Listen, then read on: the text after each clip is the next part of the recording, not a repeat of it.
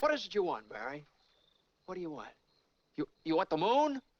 Just say the word and I'll throw a lasso around it and pull it down.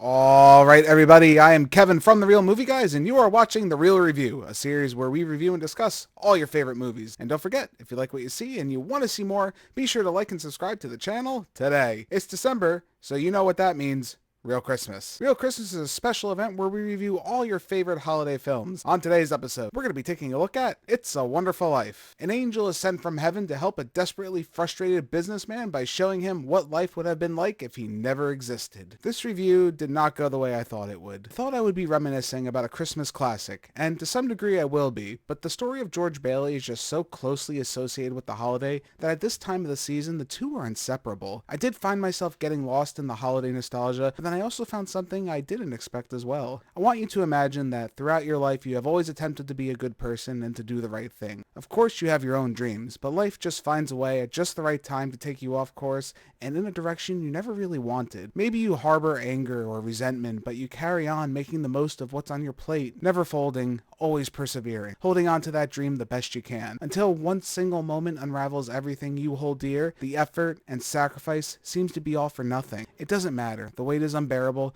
There's only one way out. It's a Wonderful Life attempts to offer the viewer a brief reflective moment just like this, a moment in which you have to wonder if your existence ever really meant anything to anyone, and if you were to disappear today, would it have even mattered? The beauty of this film lies just not within its portrayal of the magic and spirit of the Christmas season, but unexpectedly what it achieves is a testament to the foundations of the human spirit and what I consider to be a masterclass in filmmaking. George Bailey must be one of the most well-developed characters put to film. While we do spend the first hour of the film essentially reliving a highlight reel of moments that shaped the character's life up until this point, actor James Stewart was put to an incredibly difficult task. You can give a character all the backstory you want, but if the audience is unable to connect with the actor, it would be all for nothing. Luckily, Stewart's performance is incredibly entrancing to the point where I felt like I was walking in his shoes. Make no mistake, every actor does a splendid job, but this is Stewart's movie. He is able to convey every emotion with all the charm and charisma that could be expected in a performance from the 1940s. Even if this style of acting has fallen out of relevance, Stewart's performance ultimately comes across as timeless as we ride the roller coaster of his life with all its ups and downs, resulting in a masterclass of complex character acting. His general likability creates an underdog persona where the audience is constantly rooting for him to desperately get ahead amongst the always mounting odds. A purest example of this would be in the famous Lasso the Moon scene,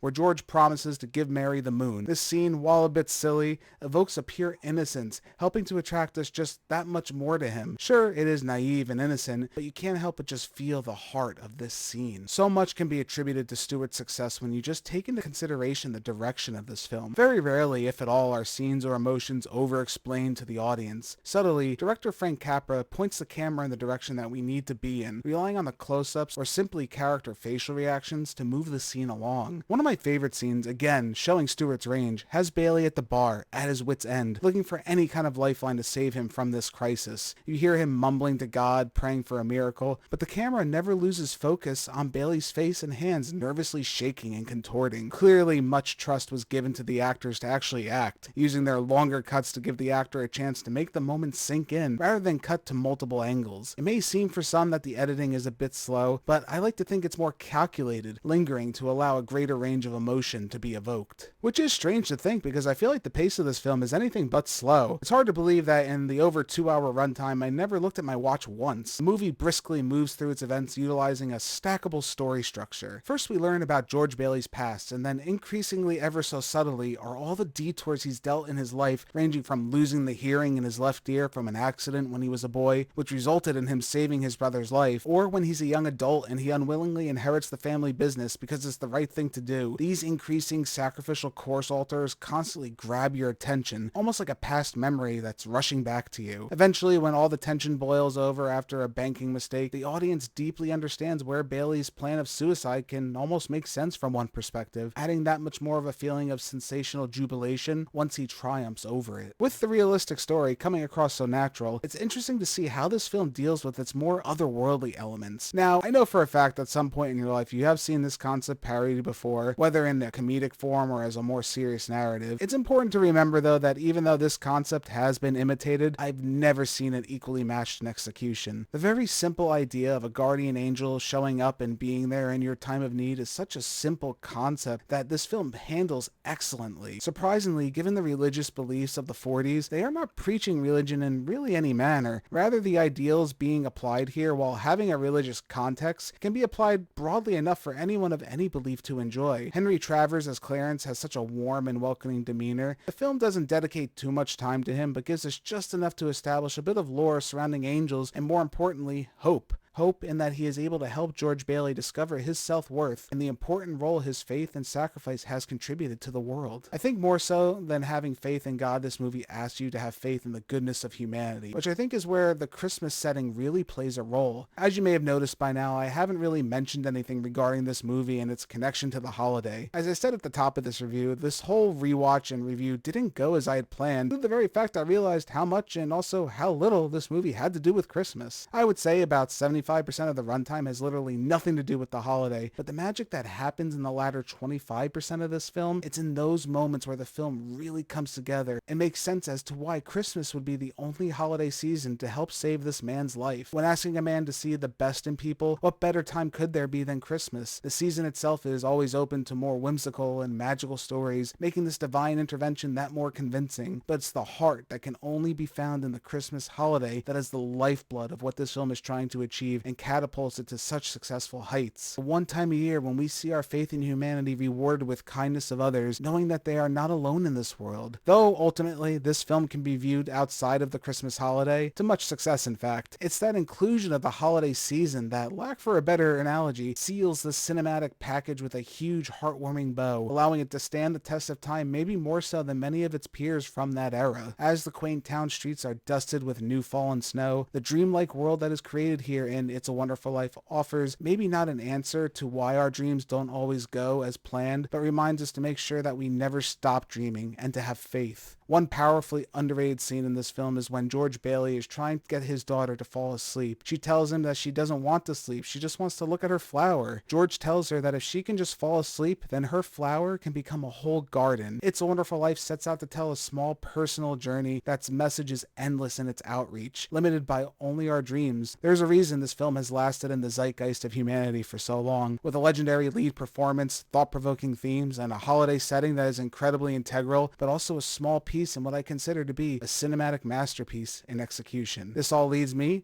to my final score. I'm going to give It's a Wonderful Life an A+. Get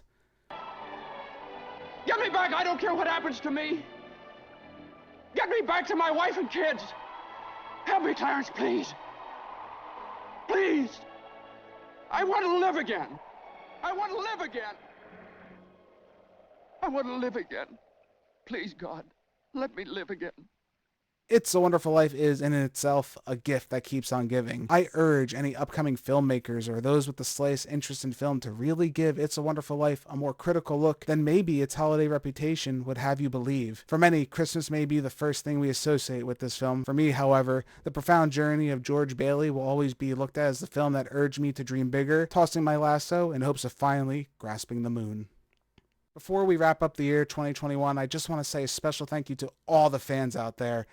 More importantly, everyone that helped with this channel. Johnny, Adam, my wife Julie, who's in the background always being my cheerleader. It's been a wonderful year, guys. We put out so much content. I know we don't have the biggest numbers in the world. We're almost at 100 subscribers as the time this video drops, but every single one of you have contributed in such a special way. Just like this review kind of stated, dreams are an important thing, and my goal was just to hit 100 subscribers by the end of this year, and look, we're practically there. There's so much more to come. There's so many more stories for us to take a look at, review, discuss, interact with, have fun. I wouldn't trade this community for anything, and I can't wait to see where we go in the future. For the end of 2021, I'm Kevin from The Real Movie Guys, signing out. We'll see you next year, guys. If you guys like what you've seen here today, consider giving this video a like and leaving your thoughts in the comments below. If you want to stay up to date with everything Real Movie Guys related, make sure to hit that subscribe button and check us out on Instagram, Twitter, and Facebook. And don't forget, all you audio listeners at home, we are available on many podcasting platforms. Just search The Real Movie Guys, you should pop right up. Thank you again all so much for joining us on this episode of The Real Review. We are The Real Movie Guys. Real guys, real movies, real thoughts. Catch you next time.